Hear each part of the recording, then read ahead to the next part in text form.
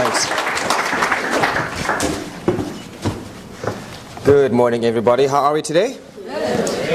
It's quite amazing to see a full crowd with all of the rain and the gloom and the temptation to sleep in late on Friday. That's what often happens in my office with my staff. There's often sickness on Friday. So this is a good sign that people are passionate and interested in design issues. I really want to start by saying that I've often wondered about the wisdom of what I call death by PowerPoint to discuss ideas about design. And really my position is to maybe start out with a couple of ideas, a couple of thoughts about the role of design, and end up with some images and have a conversation. So it's less a presentation of work per se, but really just trying to unpack what does design mean for us in this context, and what does it mean to be a designer in our setting. Oh, coffee. I enjoy that. Interesting. I've entitled the sort of discussion Designing Tomorrow, but I'm going to take a step back and I'm going to try to describe the world after World War II and what happened then. I mean, obviously the large part of the Western world was devastated by the war. A lot of industries had been structured around creating armaments, and there was a whole, if I can call it, resurgence or opportunity related to this idea of reconstruction, you know, and the whole Monroe Doctrine and trying to get Europe back on its feet and Japan and so on. And why I mention this is that design played a very particular role in terms of beginning to create the type of products which people would be able to consume. And you really begin to find a sort of very interesting marriage between design on the one hand and marketing. You know, the whole resurgence of the washing machine, the ironing board, and so on. All these sort of new types of industries and products which essentially change our taste and inform our behavioral patterns. Now, I mention this because I believe that, you know, design for us in the world today is not only about creating amazing products with a particular purpose, but they have an incredible ability to shape our consumption patterns. And with an extension of that, it has a big impact on how we produce. You know, for example, the clothes that we wear, the labels that we consume, the cars that we drive, and so on. And I think design plays a very strong role in beginning to inform our tastes, if you will. And I think with that comes a very particular burden, because if we look at the developmental state of South Africa, or Africa for that matter, our challenges relating to products that are flooding our economies, if you will, it makes a certain burden on us to really think differently about how do we do what we do. And perhaps that designers should be a bit more inquisitive or questioning about that which we are assisting people to market. Now, this case is not just in terms of World War II. I mean, Brazil has experienced this fairly recently, where the previous leader, Lula, went out on this very strong mission to transform the economy and bringing the, let's call it, the lower income classes into the middle class. But there was no real questioning about middle class values and the consumption patterns of the middle class.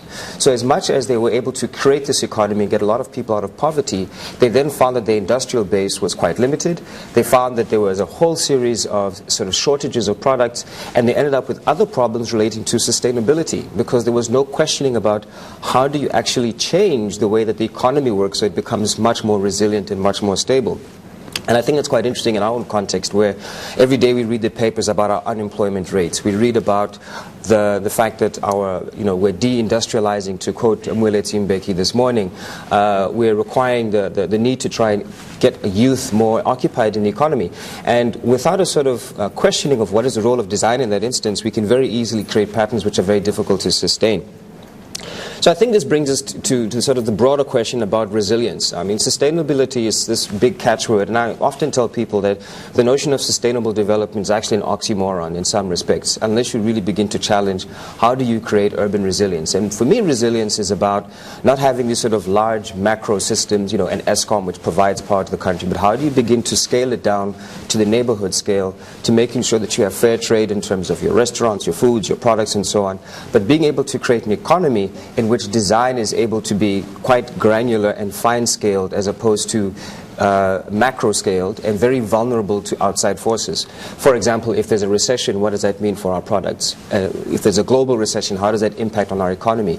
And the cities which are able to survive and the design industries that are able to survive are the ones which really begin to tap into what is local, what is communal, beginning to understand those sort of economic flows and working in that sort of fashion. And I think that's quite a conscious thing that we need to bear in mind. Now, I relate this particularly to where we are as a country, because I think the unique case of South Africa obviously has to do with the fact that we have this amazing constitution, which really begins to set out the sort of imaginary, if you will, about how we will interact, how we will live, our rights of freedom of speech, dignity, etc., etc. But at the same time, we're living out the legacies of a very particular historical legacy, if you will, of geographical the geographies of apartheid. And I think this is something which is very, very difficult to erase. So as much as we have laws that say that we're equal and we interact on very equal terms, in some respects we're still living out the backflash or the blowback of a very particular nightmare which ended on paper in 1994, but in some ways our economies and the ways that we behave still begin to demonstrate that there's lots of separation in this country, particularly around cultural values, particularly around how we see ourselves. And, for example, Brett Murray's work in some respect really begins to bring to light the sort of schism and dichotomy between the sort of on-paper notion of what it means to be South African or African and a very different sort of emotive perspective around issues of dignity and other sorts of rights. So what does this mean for the designer in terms of designing tomorrow? I think that all of the legislation that we have right now really is the promise of what a South African society can be. It is not necessarily guaranteed. I think it is guaranteed through the everyday actions of how we as ordinary people consume, how we produce, but also how designers participate in that conversation. So, for example, if you have an urban designer or an urban planner who is not thoughtful about looking at urban sprawl and merely says we will expand in this way without taking into account, issues of the sort of vulnerability of food security, of impacting on the green belt and so on, if that designer doesn't take a leadership role, they can actually perpetuate and reproduce the sort of spatial geographies of difference and inequity that currently exist. I think the same can be said for many other design industries, whether it's an architect or product designer doing something that's inappropriate. In my first year, I studied engineering for 1 year, then moved to architecture. One of the most formative lessons was my lecturer, who kind of confessed in the first lecture, as a matter of fact, for having designed landmines. And he said that for a long time, he as an engineer, that was his brief, design the landmine, and he did a fantastic landmine. And it was only later on when the sort of ethics of the landmine and him seeing images of people being amputated and what happened in Angola and other countries that he realized that in fact he had failed as a designer because he had only met the brief. He didn't take on the sort of moral or ethical implication of what he is doing. And I think that has a big role or a big lesson to play in terms of how we as designers or consumers of design need to be far much more thoughtful about the things that we have around us. For me, design is not just a beautiful object that functions in a particular way. It's not just about the aesthetics of something or a beautiful interface or a wonderful app. We're living in a world of increased resource scarcity. We're living in a world where there's greater proximities. It's no longer the hydrocarbon age of the 20th century. We're looking to a very different type of knowledge economy. And I think designers now need to start reinventing their role in society, not so much as being mere servants or, if I could call it, agents of a particular brief. I think designers need to start questioning the brief. Designers need to start making a difference in what they do. Which I think brings me to perhaps to the crux of my point, really, is that I believe that design is a form of leadership. And I want to state this quite carefully, because I think in some respects we are accustomed to seeing leadership in the form of elected individuals, of people who we cede power to. We don't understand that leadership is how we can change people's behavior. So, for example, it could be an artwork, it could be an amazing song that changes people's lives, it could be a particular product which actually changes how people occupy and live in the world.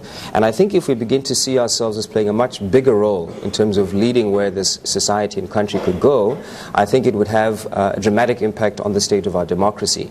In fact, I would even take it further and argue that our examples of leadership are often driven by people who are not creative.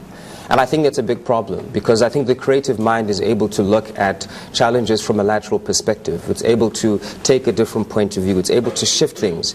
And a lot of the problems that we have in our politics at a macro scale is that the people who aspire to get into power, regardless of power of the party per se, are people who are quite singular, they're quite driven, they have a particular point of view, they might be very unforgiving of a different perspective. They, in fact, in some respects, almost demagogues, and I believe that that is the first step towards sort of fascism. Because if you have a type of leadership that is unable to engage with difference and complexity and attempts to simplify things, it ends up with much larger problems. So, where am I going with this? I mean, the city of Milan, I think 2 years ago, an architect was running to be the mayor. Bogota, another amazing city where all of its sort of urban transformation happened because designers began to take a role in the politics of that place. If we think of our own country, if you look at our human settlements challenges, our sort of infrastructural challenges, why is it that, our Ministry of Health has a doctor in charge? Fine, that makes sense. But then arts and culture, you often find that the minister has no relationship to arts or culture whatsoever. So the question is, it's quite important for creatives to really begin to see themselves not just as agents in society providing a service, but actually beginning to transform society.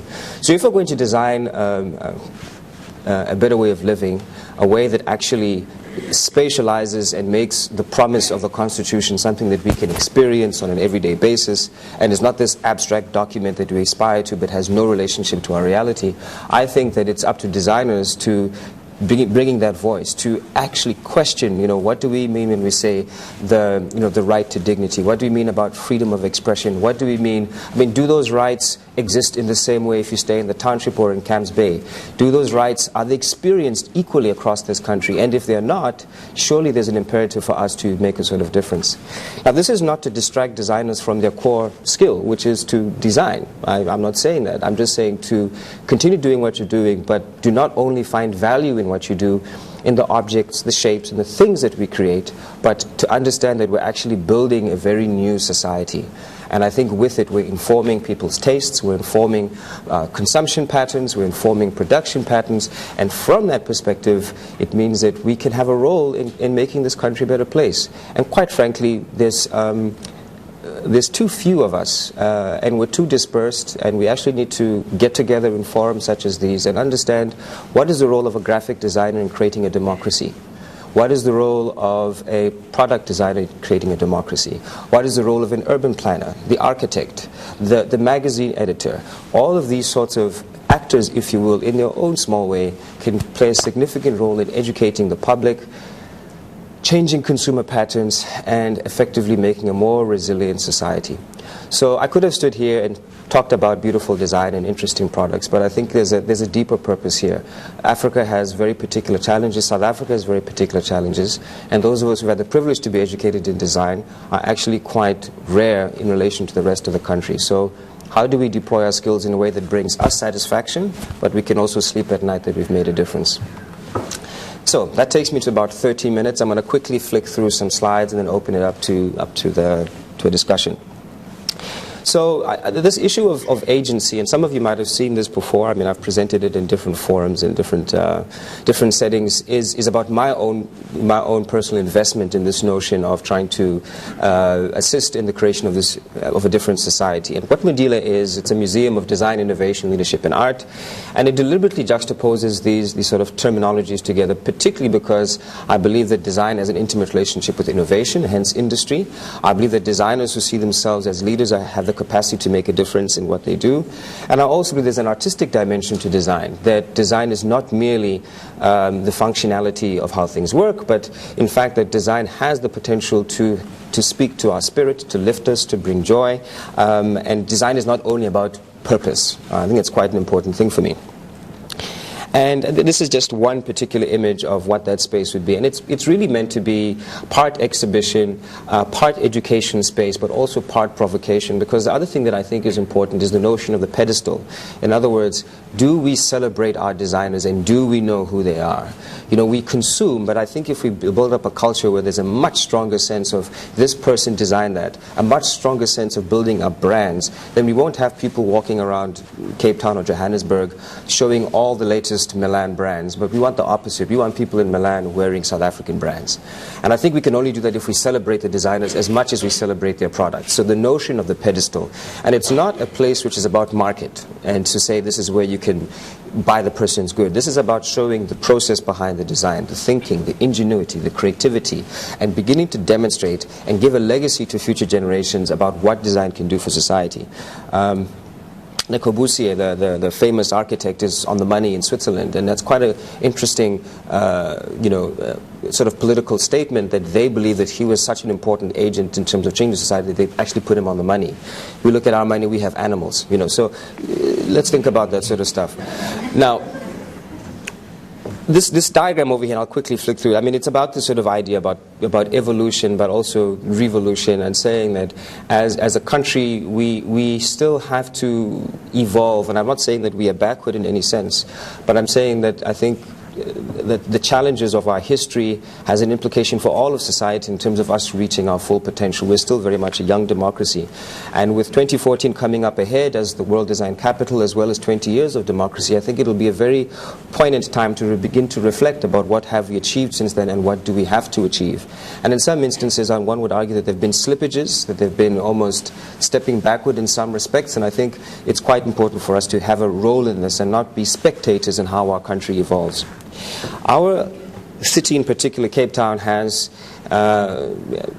shocking contrast. If you think of the waterfront and the stadium and Greenpoint and the sort of world-class infrastructure, the greatest tourism attraction, and then, literally, not too far away we have these sort of extreme conditions of poverty, of inequity, and so on. I think that's a design challenge. I think it's a conscious thing to begin to try and reimagine how does our city work, both at the macro scale and for individuals. I don't see this as the normal humdrum, yes, we have an unequal city, yes, it doesn't work, but I actually think there's a chance now to try and create a new city, because the city we have right now was also designed. It was not by accident. It was consciously conceived, shaped, urban planning, the economies. There was a whole designed sort of ecology of how this society of separation would exist and thrive, even through the advent of democracy. So it means that we need to sit down and say, now, how do we create a society that actually begins to subvert those type of conditions? And it relates to very simple issues, the notion of resilience, the notion of the scale of the world being in the small parts, but also the notion of the neighborhood that can also coexist in its own way. I think this has dramatic implication for how we think of cities, public transport, what is the center, what is the core, how do you make this city, which has all these different points, somehow exist in their own terms, but as part of something bigger. And I think it has implications for food production, knowledge production, where industries are located, where designers begin to intervene and act. And this is one of these like kitsch images, but it's okay, it is the dream of what our country could be. Those smiles don't look forced. I think it's because they're young. It's about, if we have a democracy in which our children can coexist, maintain their own identities, but be respectful of other people's culture and embrace other people's culture. I don't like the word tolerance, because tolerance implies that you really have to tolerate somebody else. I think embracing difference is a much more important construct, and I think that has implications for how we design our city, how should we design our public spaces, because different cultural practices happen in different spaces, and the way that we think and imagine our city right now, very often there's a predominance of one cultural understanding of how people should occupy and live in the city, at the expense of other people, and I think that's a big problem. So, design makes innovation accessible to the public, and I say this specifically because if you look at the CSIR, they have a whole host of inventions and patents and so on created by scientists. They create polymers, they create sort of materials, but it stays locked up and doesn't really access the public. It's up to the designer who looks at that piece of new rubber and says, you know what, I'm going to make a jacket out of that. I'm going to take that particular molecule and I'm going to add it into a food. So designers have a dramatic role, I would argue, in terms of supporting our industries, supporting our knowledge base, and that sort of link between design and, let's say, research needs to be far much more stronger in this country. It's quite problematic if I want to design an amazing chair and I'm trying to work out a certain joint which I require aluminium milling and find that there's no industry or research into the types of alloys that I could use, therefore I have to import a Chinese product to make my chair, therefore it diminishes the potential for an authentic South African product. So the whole notion of industrialization and using it in an intelligent way in relation to our own academic research, I think, is critical. I also believe that technology without humanity is an affront to society. I think the 20th century has been a particularly successful century in terms of the creation of things, whether it was flight, car, etc. But if you think of the evolution of our humanity, the fact that there's still slavery in Sudan, I think it shows that we're desperately behind in terms of developing the spirit of our human capital. And I think the 21st century is very much about how can design make an influence there. I've often said that the 20th century was the century of the engineer. And I really hope that the 21st century will be the century of the designer, who will actually humanize engineering outputs and create a better society. Now, I believe that leadership and education are, as I've said, core to this caring and productive society, and that innovation drives economies. And I use the term caring and productive. I don't think the two are in competition, but I think that it is very easy to create a productive society that is not caring. And I think all you have to do is look at the sorts of places where you have child labor in terms of industries and so on. So it's not enough to say that we're productive and we've got a high GDP rate and so on, and this is how the country's doing. It's about how we're taking care of our citizens, how we creating a better society. And I also believe that designers have that sensibility that can be brought into that conversation. This image is a sketching. I don't know if I've got a... Okay, I don't have a pointer. But the person sitting there is Pericles. It's a sketch of roughly the year 430 BC. The person standing up over there is the architect, and in the background they're looking at the Acropolis. And what they're actually discussing is a very interesting conversation. It's about how they were going to create the new public realm in Athens. And that public realm was actually seen not only as a spatial problem in terms of where do people gather, but it was also a political problem. It was about how do you create the space for discourse, the space for openness, the space for democracy to happen.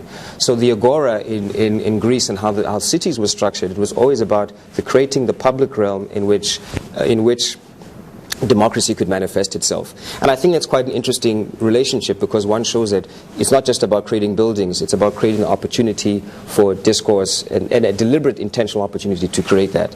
And I just want to relate that more to something recent. I mean, if we think of Arab Spring and the whole sort of struggle which happened around Tahrir Square is a perfect example of how people decided to exercise their democratic right through a spatial condition. So if that space was not there, the question is, would that democracy have been able to succeed, or the emergence of that democracy been able to succeed as quickly? If we think of Occupy Wall Street and so on, and if we think even just closer to home, the type of struggles we have in terms of whether it's Khuzong or whatever it might be. So I think that when a society begins to consciously use design as a way of enabling democratic discourse, it can happen not only in terms of an urban planning approach, it can happen in the tools that we design. You can actually really foster democratic practice. And I think in our particular country, where we have these type of challenges, I often wondered, that controversial painting, which I won't mention, I wondered what would happen if perhaps it wasn't in the inside of the gallery, but maybe it was projected onto an adjoining building in the middle of the street. So perhaps it was ephemeral and you couldn't deface it, but it happened in a public space. So it wasn't about the Goodman Gallery protecting their own space, but it was this sort of in-betweenness which was in the public realm, because in order to access the artwork, you now have to enter into a private realm. These are the type of things that I think designers and curators can begin to imagine in terms of being provocative about a conversation which occurs in a private realm versus a public realm, and what does that mean for our society in general. I'm not criticizing their approach, I'm not taking any sides in the artwork, I'm merely illustrating the point that the way that we conceive of our products, of what we produce, can have a dramatic impact on society and can make a big difference in terms of how people interact with these things. Now, obviously, one might say the artwork needs to be protected, it has to do with this, it can't get wet, and so on. But I think we're on the cusp of a very interesting moment, I think, where I think designers and creatives in general are standing up now and beginning to not only make social commentary, but in some instances make social commentary that really has the potential to make us think differently about the world that we live in.